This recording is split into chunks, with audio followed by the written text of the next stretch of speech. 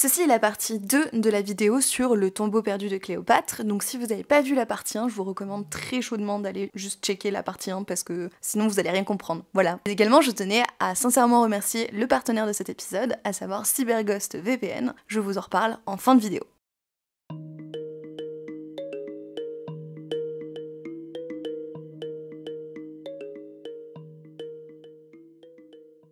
Le tombeau perdu de Cléopâtre aurait été retrouvé. Une certaine docteure Martinez a fait une découverte absolument incroyable. Et c'est là qu'on a mis le doigt sur un truc auquel on ne s'attendait absolument pas du tout. On a contacté plein d'archéologues. Ils disent qu'ils ne sont pas à l'aise pour répondre publiquement à nos questions. De quoi ont-ils peur? Une ancienne avocate pendant 20 ans qui se reconvertit tardivement à l'archéologie. À ce moment-là, faut quand même réaliser, elle a aucune expérience, elle n'a jamais fouillé en Égypte. Alors comment a-t-elle pu être à la tête des excavations sans plusieurs années d'archéologie à son effectif? L'emplacement actuel du tombeau de Cléopâtre fait l'objet de très nombreux débats.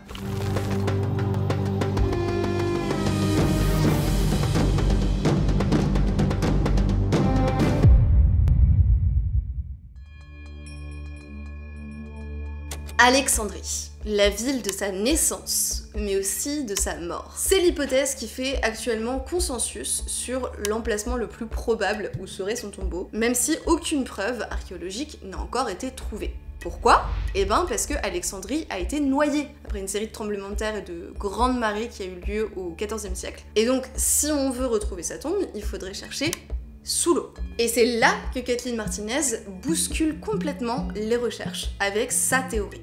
Elle pense que la tombe ne se trouve pas à Alexandrie, non, pas du tout, mais à Taporizis Magna, une cité assez importante de l'époque. Plus précisément, dans le temple dédié à Isis et à Osiris. D'après elle, c'est l'endroit parfait pour y mettre le tombeau de Cléopâtre, parce que cette dernière s'identifiait énormément à la déesse Isis, sœur et épouse du dieu des morts, Osiris. Donc ça, c'est l'hypothèse qu'a présentée le docteur Martinez pour justifier ses fouilles. Une hypothèse hyper intéressante, sauf que, deuxième problème, impossible de trouver un seul texte scientifique qui va dans le sens de sa théorie. Si on veut en savoir plus sur cette idée, on est obligé de se tourner vers les documentaires et les interviews sur Martinez. Et les dites interviews et documentaires laissent entendre qu'elle se base simplement sur ses lectures personnelles et sur ses ressentis. Sauf que la plupart des égyptologues réfutent complètement sa théorie. Donc le consensus, et c'est aussi mon sentiment profond, c'est qu'elle a été enterrée à Alexandrie. On parle d'un grand tombeau absolument somptueux et c'était important donc encore de s'inscrire dans cette légitimité d'Élagide. Mais l'ancienne Alexandrie se trouve à 6 mètres au-dessous du niveau de la mer. Et il faut rappeler que c'est une côte qui était très instable. Elle a été soumise aux tsunamis, aux tremblements de terre, aux effondrements de terrain. Et le cap Lopias, où il y avait donc le quartier des palais royaux, là, certainement où il y avait son tombeau, et bien tout ça, ça s'était effondré sous les tsunamis et les glissements de terrain. Et les fouilles sous-marines du Centre d'études d'Alexandrie, avec Jean-Yves Empereur à l'époque, les fouilles de Franck Gaudiot ont montré qu'il y avait des chaussées sous les eaux, il y a des blocs monumentaux, il y a des linteaux de porte, il y a des statues. Et tout ça accrédite le fait que ce quartier des palais royaux, des sépultures, s'est effondré. Et très certainement, Cléopâtre devait être enterrée à cet endroit-là. Déjà, les temples égyptiens servaient à vénérer les dieux, ça on le sait, mais jamais comme tombeau. Ce serait très surprenant. Ensuite, les historiens antiques donnent plein d'indices sur où se trouverait le fameux tombeau. Plutarque, par exemple, dont on a parlé un petit peu plus tôt, affirme que Cléopâtre et Marc-Antoine ont été enterrés dans le mausolée que Cléopâtre s'est fait construire à Alexandrie. En fait, les sources sont même assez claires. La tombe de Cléopâtre, comme toutes les autres tombes de la dynastie ptolémaïque, devrait normalement se trouver à Alexandrie, autour de la tombe d'Alexandre, qu'on n'a pas non plus retrouvé, c'est un autre épisode, une autre histoire. Zahi Hawass lui-même, donc l'archéologue qui est aux côtés de Martinez, a décrété, je cite, « Il n'y a aucune preuve que la tombe soit à Taposiris Magna. Je pense désormais que Cléopâtre a été enterrée dans la tombe qu'elle a construite à côté de son palace et qu'il est sous l'eau. » Voilà. Je sais pas vous, mais moi je trouve ça quand même vachement chelou que la thèse principale de Martinez soit réfuté par son associé le plus important. Le gars qui a autorisé ces fouilles. En fait, tout semble porter à croire que la théorie de l'équipe de Martinez ne repose sur aucun fondement scientifique. En revanche, il y a des éléments effectivement qui ont été découverts à Taposiris Magna, des monnaies frappées à l'effigie de Cléopâtre, une petite tête, un masque un peu abîmé de Marc-Antoine, mais autant d'éléments qu'on peut retrouver ailleurs en Égypte. Donc ce n'est absolument pas une preuve de l'existence de ce tombeau à Taposiris Magna, parce que si vous voulez, c'est une interprétation. On pense que le tombeau de Cléopâtre était près d'un temple d'Isis, mais à Alexandrie. Et là, vous devez probablement vous dire qu'il suffirait tout simplement d'aller faire des recherches sous l'eau à Alexandrie, hein, ça existe, l'archéologie sous-marine, et hop, l'histoire est réglée, on retrouve les tombes, les tombeaux... Sauf que c'est pas du tout aussi simple que ça. Les fouilles, ça prend du temps. Chaque couche archéologique doit être respectée pour donner un maximum d'informations. On peut pas y aller avec un bulldozer, et en plus, rien ne garantit que Martinez, ou quiconque d'autre, trouvera même un jour seulement le tombeau. Il a peut-être été tout simplement détruit ou pillé. Je vous donne par exemple une petite citation d'un archéologue sur le sujet. La tombe de Cléopâtre ne sera jamais retrouvée. C'est une jolie citation, hein. Maintenant devinez qui l'a dit. Hawass. Oui, encore lui. Moi je lis ça, je me dis... Pourquoi le chercheur qui travaille avec Martinez a l'air si pessimiste et réfute même carrément l'hypothèse de sa collègue alors que c'est l'objectif de la mission qu'il a accepté de produire? Pourquoi est-ce qu'il lui laisse faire des fouilles à Taposiris Magna et pourquoi il accepte d'être associé à son travail si dans sa tête c'est dead?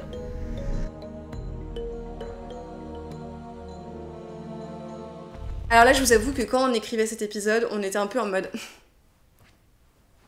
Je ne sais pas. Donc, on a discuté avec énormément d'archéologues et d'égyptologues qui sont spécialisés pour essayer de répondre à toutes ces questions qu'on a posées juste avant. Une chose qu'on a alors remarqué, c'est que les quelques rapports de fouilles publiés dans les revues scientifiques par Hawass ne mentionnent pas du tout la tombe de Cléopâtre. En fait, c'est comme si, depuis le début, Cléopâtre n'était juste pas du tout l'objectif.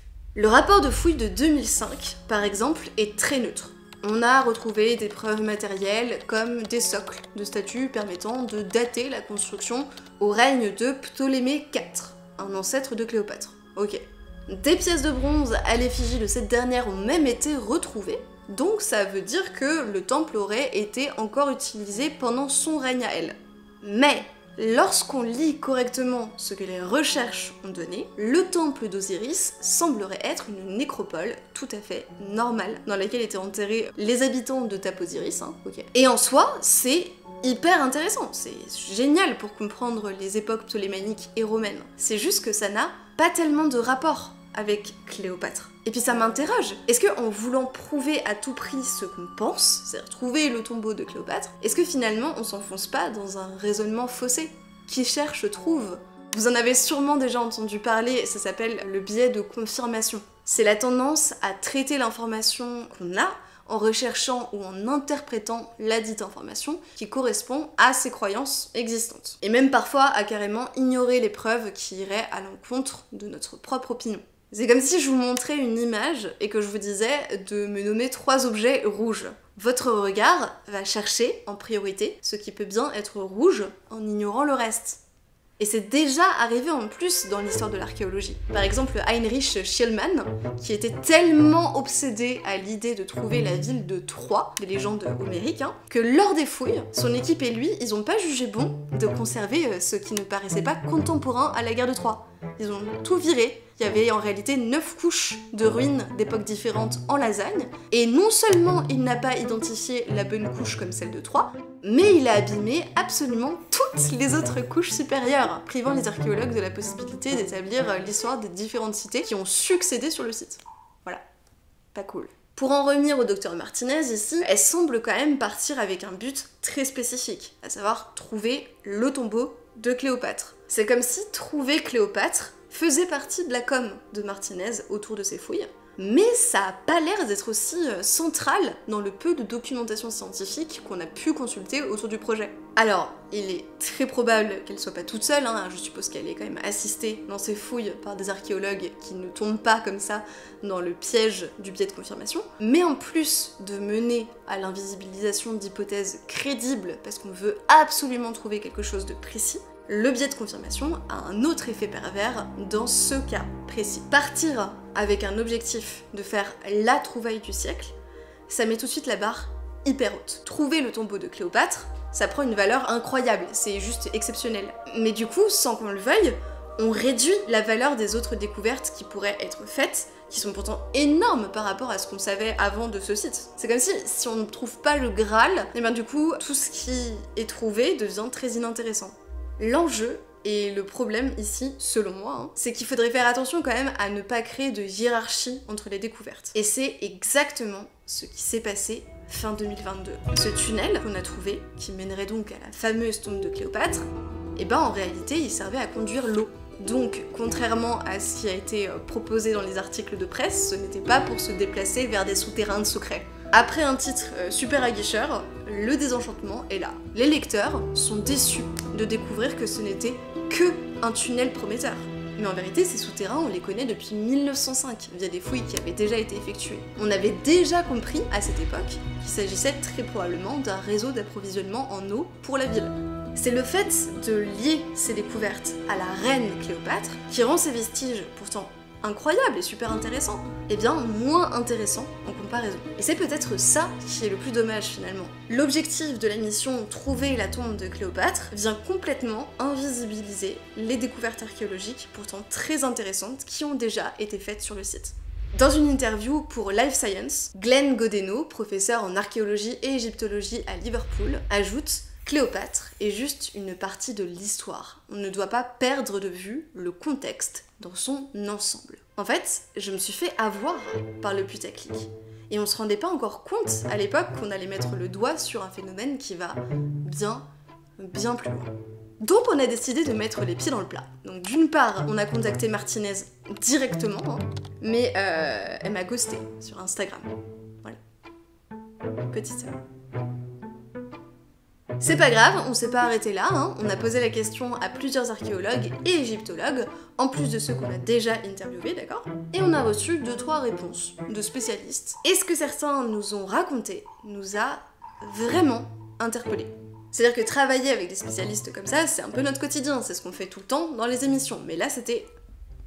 Ils ont bien voulu nous éclairer brièvement sur nos recherches, mais en mettant l'accent uniquement sur le fait qu'on manque de preuves autour de la théorie de Kathleen. Alors que nous, on aurait envie d'en savoir plus et qu'on avait 1 million de questions à poser, ils nous disent à chaque fois, avant toute chose, de ne pas pouvoir se prononcer sur cette situation en particulier autour de Martinez. Pire encore, on a certains qui ne voulaient carrément pas du tout être cités dans notre enquête. On a eu droit à des nous ne sommes pas confortables avec cette idée, d'autres encore qui expliquaient que ça ne serait pas souhaitable. Donc là forcément avec les co-autrices on était un petit peu bouche bée devant ces réponses et ça a fusé dans notre discussion Discord. Comment ça, après réflexion, je préfère décliner votre invitation à vous répondre? Est-ce que c'est nous qui avons mal expliqué le projet et donné l'impression qu'on était à la recherche de drama? Ou alors est-ce qu'ils préfèrent éviter de s'embrouiller avec des collègues, ce qui est tout à fait compréhensible? Ou encore est-ce qu'il y a un bail un peu bizarre dont le public ne devrait pas être au courant?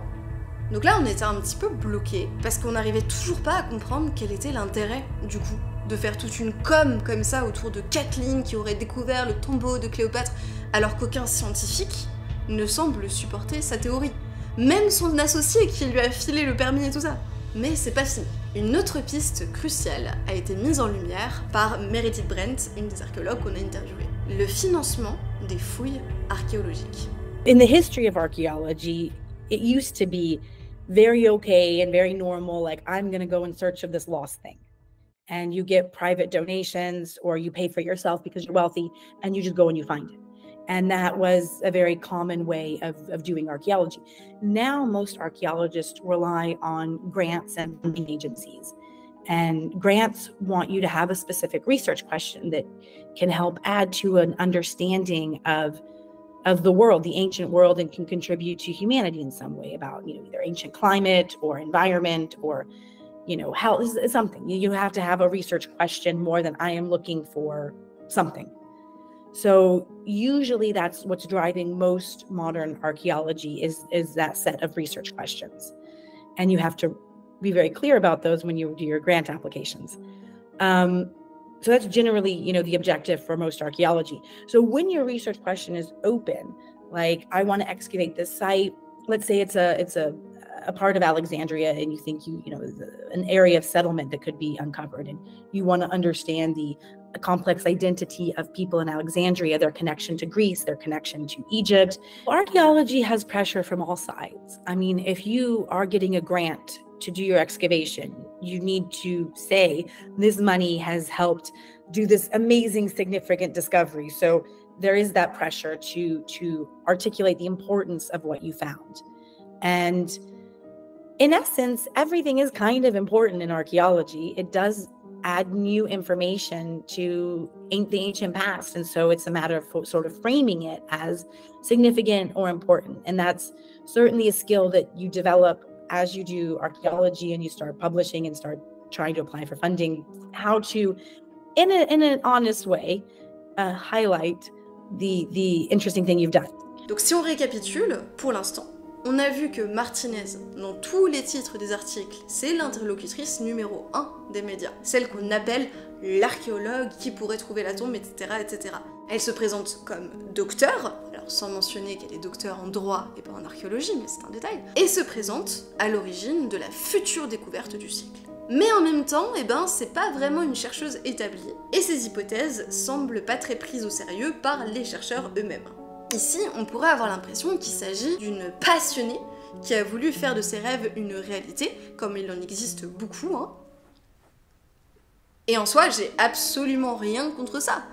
Mais ça n'explique toujours pas pourquoi elle a obtenu l'autorisation du gouvernement et d'un archéologue extrêmement reconnu pour diriger un chantier aussi important sans aucune expérience. Si Hawass devait dire « Ok, let's go !» à toutes les passionnés qui lui disent « Excusez-moi, bonjour, je voudrais fouiller. » Merci. Bah, je vous laisse imaginer. Du coup, pour Martinez, qu'est-ce qui a fait la différence? Donc là, on a cogité, et un dernier détail nous est revenu. L'archéologie est un ensemble d'expertises et de métiers qui, ensemble, cherchent, déterrent, analysent et interprètent des traces. Et généralement, ce n'est pas une seule personne qui fait tout le boulot de bout en bout. C'est chacun est spécialisé dans son domaine, et ensemble, on fait le travail. Pour ce chantier, on a une grosse interrogation sur la réelle place de Martinez. Est-ce que finalement, elle ne serait pas juste une simple figure pour la recherche, mais du coup qui invisibilise potentiellement aussi une équipe qui, elle, détient aussi le savoir avec un grand S. En gros, à ce moment-là de nos recherches, on s'est juste demandé, est-ce que finalement, Kathleen Martinez, ce serait pas, en quelque sorte, très grossièrement, une sorte de panneau publicitaire? Attendez, je m'explique. En gros, parfois, quand on fait de la recherche ou une découverte qui devient assez importante, quelqu'un devient le visage du projet. Celui ou celle qui commande sera celui ou celle interrogé par la presse afin de faire connaître le truc au public. And in the media, you know, this is another element of the importance of archaeology is that, you know, we don't want to just be excavating and communicating just to other archaeologists. You know, the general population and the public are really important, and archaeologists want to communicate their information to the world, the broader world. And, you know, it's hard for archaeologists to do that because we already have so much going on. Je pense par exemple à Klaus Schmidt, pour ne citer que ça, hein, un archéologue qui a été très reconnu, parce qu'il a été directeur de fouilles et instigateur du projet sur Premier Temple. D'ailleurs, il y a Nota Bene qui l'a mentionné dans un épisode, je vous conseille d'aller le voir. Il est devenu le porte-parole de ce projet auprès des médias, au point de ne carrément plus pouvoir s'adonner à son métier d'archéologue parce qu'il a été beaucoup trop sollicité. Et dans notre cas, on voit qu'il est impossible de dissocier les dernières trouvailles en Égypte sur le tombeau de Cléopâtre de Kathleen Martinez.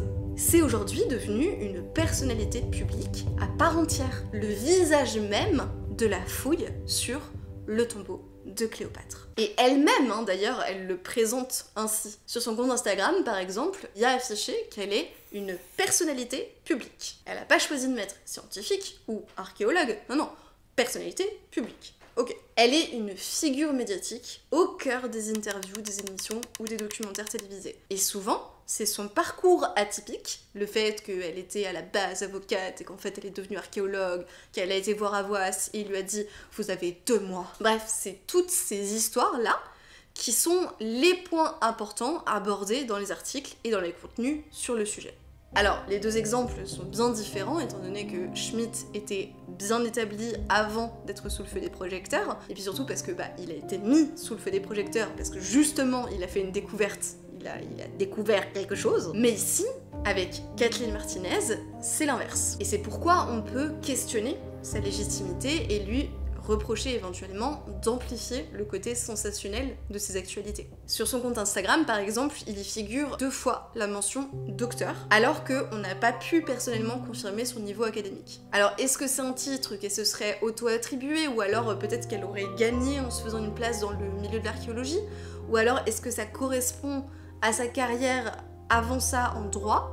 Là-dessus, ces réseaux sociaux, ils sont hyper intéressant à analyser. Parce qu'en plus de renforcer sa réputation, on sait que c'est bien elle, et peut-être même ses agents, qui choisissent son image. Avec l'équipe et avec les personnes avec qui on a discuté, on les a parcourus et ça nous a plus ou moins confirmé un truc. En fait, Martinez est l'exploratrice glorifiée qui fait LA découverte du siècle.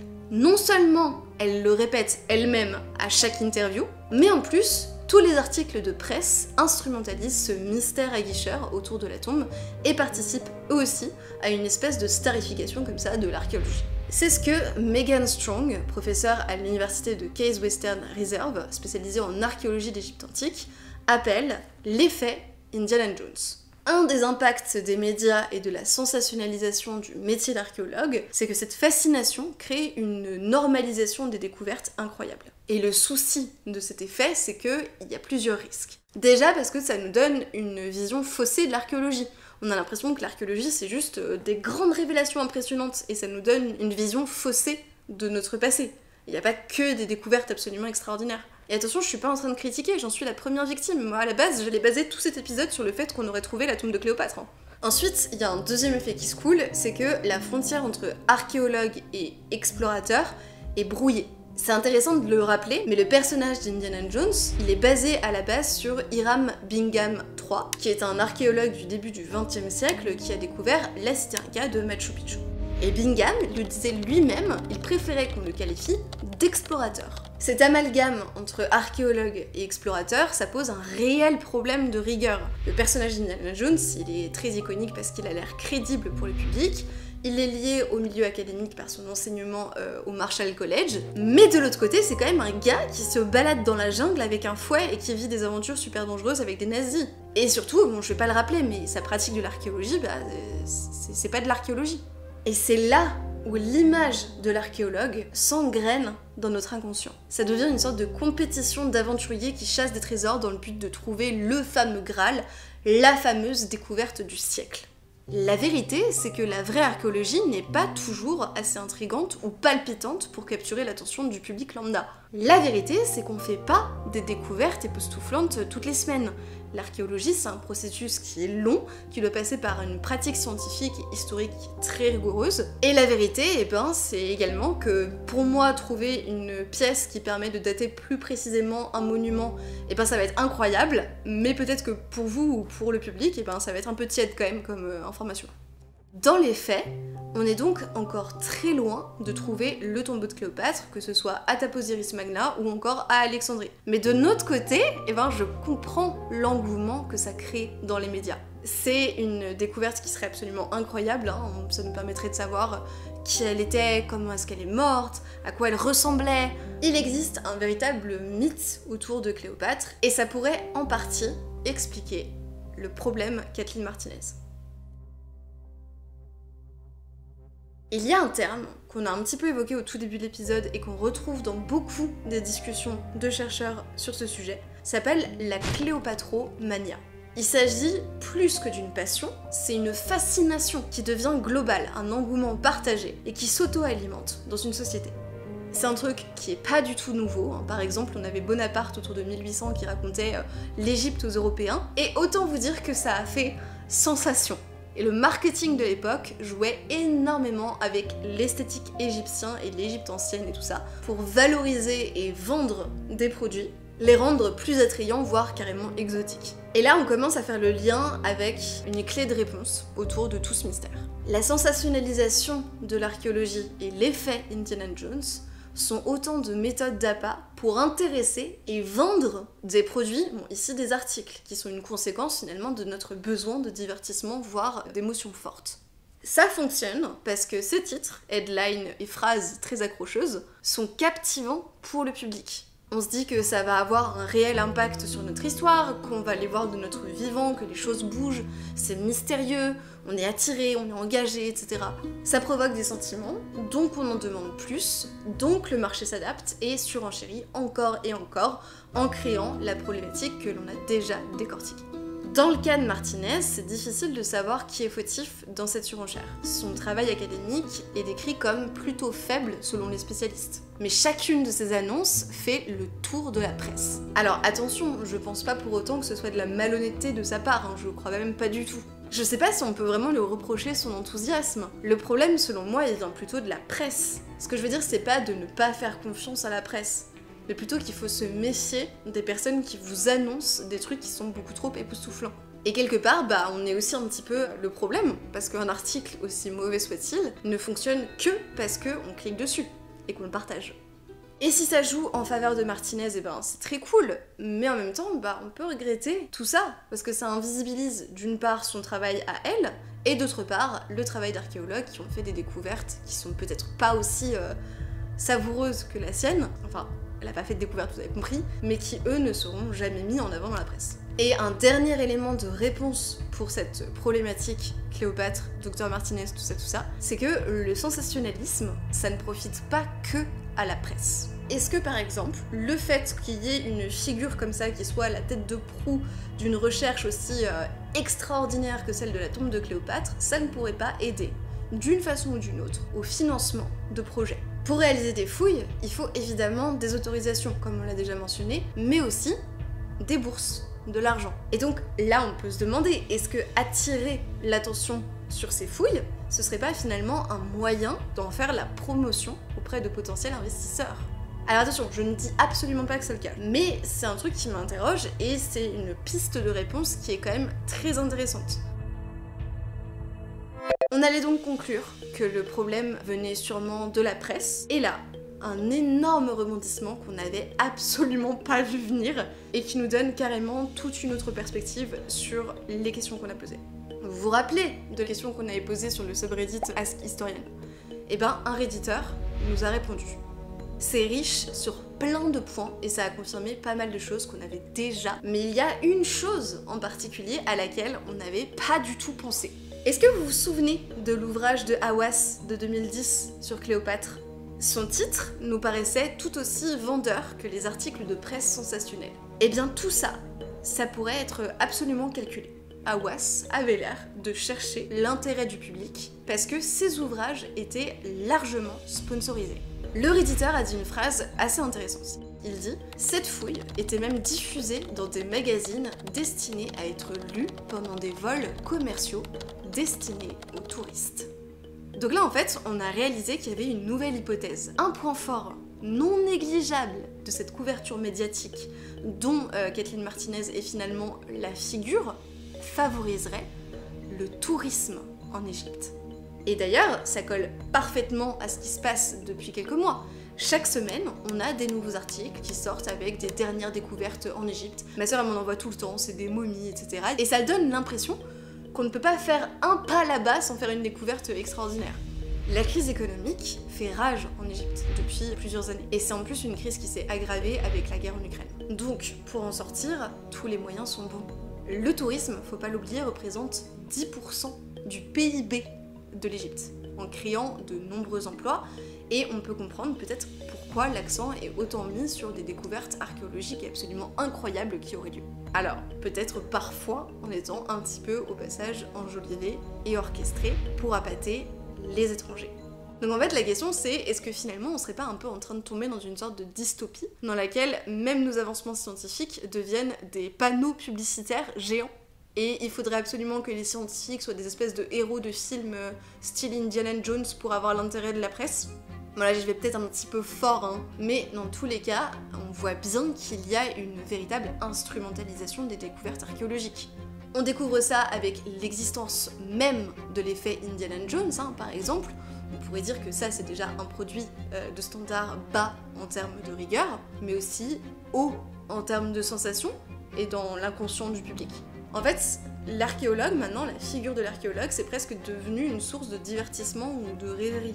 Alors que ce qu'on oublie, c'est que dans les découvertes majeures qui sont parfois faites, ça ne correspond absolument pas à ce à quoi on s'attendait. Et si notre attention était tout simplement portée au mauvais endroit? Et si en donnant trop de valeur aux figures historiques qui sont sexy et aux découvertes potentiellement incroyables comme la tombe de Cléopâtre, on passait pas à côté de la richesse des recherches archéologiques actuelles? Alors certes, peut-être un petit peu moins tapageuse, mais tout aussi précieuse. Ce qui est assez intéressant avec cet épisode, c'est que on a d'une part la figure quasi romanesque de Cléopâtre qui est arrivée jusqu'à nous précisément parce qu'elle correspondait à une figure très sensationnaliste, très waouh, c'est un personnage de film. Et d'autre part, on a le personnage de Kathleen Martinez qui passe sa vie donc à trouver sa tombe et qui est elle-même devenue finalement une figure romanesque.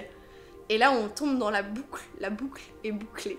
Voilà, c'est tout pour cet épisode. Je souhaitais quand même vous le partager parce que même si c'est pas un épisode classique où on déballe comme ça toute l'histoire d'un sujet, je trouvais ça intéressant de vous partager aussi un petit peu les backstage de tout ce qui peut se passer dans un épisode des Revues du Monde. Là, en l'occurrence, on a été complètement bloqué dans nos recherches parce qu'on était face à un mystère qu'on n'arrivait pas à mystère.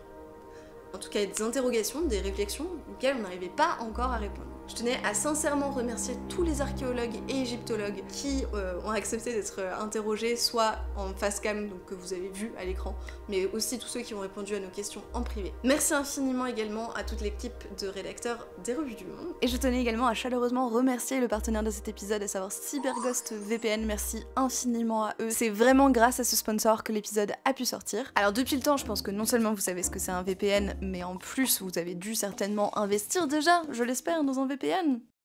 Sinon, laissez-moi vous rappeler un petit peu ce que vous risquez à ne pas le faire. Je vous donne le scénario. Vous êtes tranquillement en train de boire un petit café pépouze à Paris, ou alors vous êtes dans une gare ou dans un aéroport. Et vous savez, en partant de chez vous, vous avez laissé le petit truc Wi-Fi. Et votre téléphone se connecte automatiquement à la Wi-Fi publique dans laquelle vous vous trouvez, sans même que vous vous en rendez compte. Sauf que dans cette Wi-Fi publique, il y a quelqu'un qui décide d'exploiter toutes vos données, parce qu'il est pas très sympa, et littéralement, il a accès comme ça à toutes vos données mobiles. Parce que oui, les réseaux publics ne sont absolument pas sécurisés, et donc le rôle de CyberGhost, c'est justement de protéger toutes vos données, donc vos données mobiles, votre IP, etc. Notamment depuis le Covid, il y a énormément de télétravail, donc si vous êtes du genre à aller dans un petit café pour vous poser, et ben ça c'est super utile. En plus de ça, le logiciel de CyberGhost VPN est super facile d'utilisation, même pour moi qui suis pas forcément accro à la technologie, j'ai très rapidement compris, et il ne collecte pas et ne partage pas vos données. Et c'est pour ça notamment que c'est le leader mondial dans le domaine de la sécurité et de la confidentialité. Il y a plus de 38 millions d'utilisateurs, ils ont une excellente note sur Trustpilot, donc vraiment c'est... Et là vous vous dites sûrement « Oh, mais j'ai un PC et un téléphone !» Eh bien dites-vous qu'un seul abonnement, contrairement à d'autres... je ne citerai pas de nom. Vous pouvez protéger quasiment tous vos appareils puisqu'il y a un quota jusqu'à 7 appareils qui sont protégés avec le même abonnement. Comme ça, vous pouvez en faire profiter votre entourage, ce qui est quand même très cool, contrairement à certaines applis de streaming, dont je tairai le nom.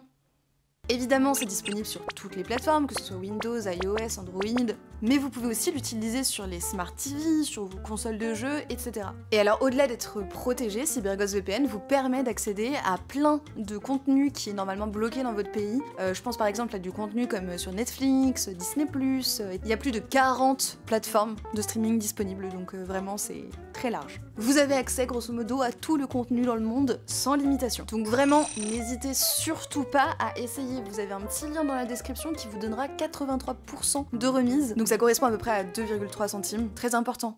les 3 centimes. Et vous avez également 4 mois offerts. Vraiment, il n'y a aucune raison de ne pas, ne serait-ce qu'essayer. Comme ça, vous allez voir après, vous pourrez plus revenir à la normale. Et alors, en plus de ça, ils ont une garantie qui fait que vous avez 45 jours satisfaits ou remboursés. Donc même si vous essayez et que vous vous rendez compte, ah mais en fait c'est pas ma tasse de thé, pas de panique, ils ont un service client qui est hyper dispo, 24h sur 24, 7 jours sur 7. Donc vraiment juste téléchargez-le, essayez et au pire des cas vous allez être remboursé. Toutes les infos sont en description et je vous fais des gros bisous.